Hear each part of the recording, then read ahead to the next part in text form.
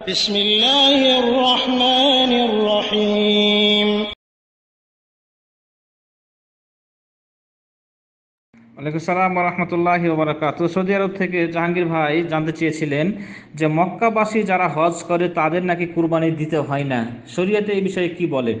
যে এ বিষয়ে মতনৈক্য আছে, ইখতিলাফ আছে। যেমন হানাফি মাযহাবের মতে যে তাদেরকে কুরবানি দিতে হবে, কুরবানি দেওয়া ওয়াজিব, যেহেতু তারা মুকিম। মিনা মুজদালিফায় আরাফাতও তারা নামাজ কসর করবে না, তারা পুরো নামাজ পড়বে এবং তাদেরকে কুরবানি দিতে হবে।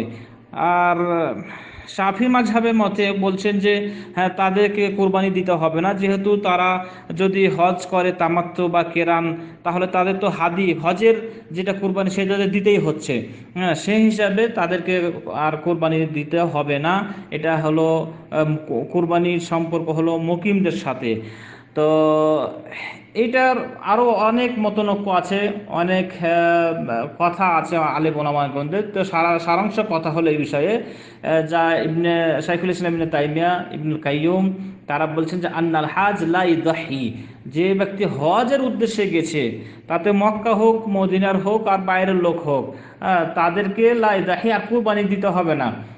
এই মতেই প্রাধান্য বা গ্রহণযোগ্য কথা এটার দিকে ইবনে উসাইমিন, সালেহ উসাইমিন, প্রখ্যাত আলেমে দ্বীন, তিনি এই মতেই গিয়েছেন যে হাজ লা ইদাহি ওয়া ইন্নামা ইয়াহদি হাদিয়ান, যে ব্যক্তি হজের উদ্দেশ্যে গেছে, তাতে মক্কার হোক আর বাইরের হোক, সেই ব্যক্তিকে আর কুরবানি এক্সট্রা দিতে হবে না। তাকে হাদি দিতে হবে, যেটা হজের যেটা কুরবানি, তামাত্তু হজ করলে একটা কুরবানি দিতে হয়, সেটা দিলেই যথেষ্ট হয়ে যাবে। আর এক্সট্রা তাকে নতুন করে কুরবানি দিতে হবে না। যেহেতু রাসূল সাল্লাল্লাহু আলাইহি সাল্লাম নতুন করে আর কুরবানি দেননি বিদায় হজে, তিনি তার হাদি দিয়েছেন, অর্থাৎ হজের যেটা কুরবানি সেটা তিনি দিয়েছেন।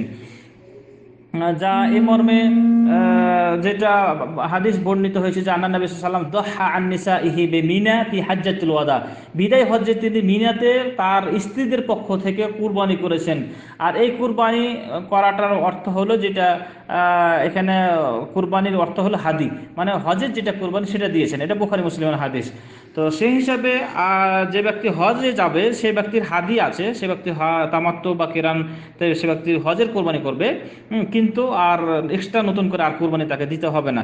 যেহেতু কুরবানিটা হলো ঈদের সাথে সংশ্লিষ্ট বা সম্পর্ক, তো হাজিদের জন্য তো ঈদের নামাজ নাই, তারা তো ঈদের নামাজ আর পড়তেছে না, সেই হিসাবে তাদের জন্য আর কুরবানি করারও প্রয়োজন নেই নতুন করে। হ্যাঁ, তারা যে তামাত্তু বা হজ করবে, সেই হজের জন্য কুরবানি দিবে, সেটা আলাদা, সেটা তো দিতেই হবে। কিন্তু নতুন করে আর এই ঈদের যেটা কুরবানি সেটা আর দিতে হবে না। এখন কোনো ব্যক্তি প্রবাসে আছেন বা আমরা প্রবাসে আছি, আপনি হজ করতে গেছেন, এখন আপনি যদি মনে করেন বা মক্কাতে আছেন, মক্কা অধিবাসী যদি যে ব্যক্তি হজ করতে গেছে কিন্তু তার পরিবারের লোক আছে মক্কাতে বা আশেপাশে, তাহলে তার পরিবারের পক্ষ থেকে তার পরিবারের কাছে টাকা পাঠালো, সে টাকা দিয়ে আসলো, কুরবানি দিয়ে আসলো বাড়িতে, সেটার ব্যাপার আলাদা, সেটা তার বাড়িতে সে দিতে পারবে। কিন্তু মক্কাবাসী যে যারা হজ করতে যাবে বা বাইরের হোক, তাদের জন্য হাদি হয়ে দিলে, হজের কুরবানি দিলে আর নতুন করে ঈদের কুরবানি আর দেওয়ার প্রয়োজন নেই বা দিতে হবে না। হ্যাঁ, জাযাকাল্লাহ।